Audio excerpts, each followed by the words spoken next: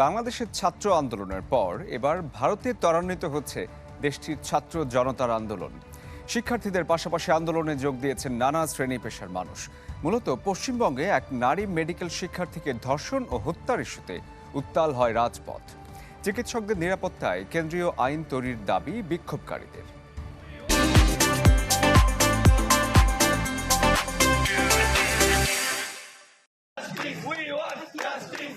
ভারতের পশ্চিমবঙ্গে মেডিকেল কলেজের এক চিকিৎসককে সংঘবদ্ধ ধর্ষণ ও হত্যার ঘটনায় দেশ জুড়ে ছড়িয়ে পড়েছে বিক্ষোভ।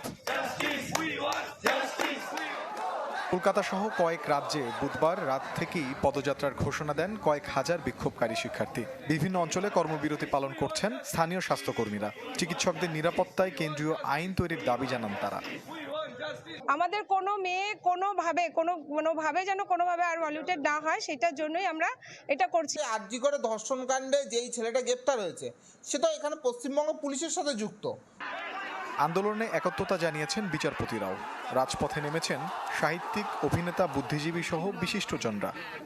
ধর্ষণ এবং হত্যার ঘটনা ঘটেছে, তাতে আমরা সমস্ত নাগরিকরা প্রতিবাদ জানাতে এখানে এসেছি। কতদিন আর এগুলো দেখা হবে? অপরাধীকে খুঁজে বের করতে পুলিশকে আগামী রবিবার পর্যন্ত সময় দিয়েছেন পশ্চিমবঙ্গের মুখ্যমন্ত্রী মমতা বন্দ্যোপাধ্যায়। কিন্তু পুলিশের বিরুদ্ধে তথ্য প্রমাণ গোপনের অভিযোগ থাকায় সে পর্যন্ত অপেক্ষা করতে অসম্মতি জানিয়ে সিবিআইয়ের হাতে তদন্তের ভার দিয়েছে হাইকোর্ট। কিন্তু আমার কাছে যখনই কলকাতা পুলিশ কমিশনার খবরটা দেয়, আমি সঙ্গে সঙ্গে তাকে বলি যে এটা খুব নক্কারজনক ঘটনা এবং খুবই বেদনাদায়ক ঘটনা। যেই জড়িত থাক তাকে ইমিডিয়েট শাস্তি দিতে হবে।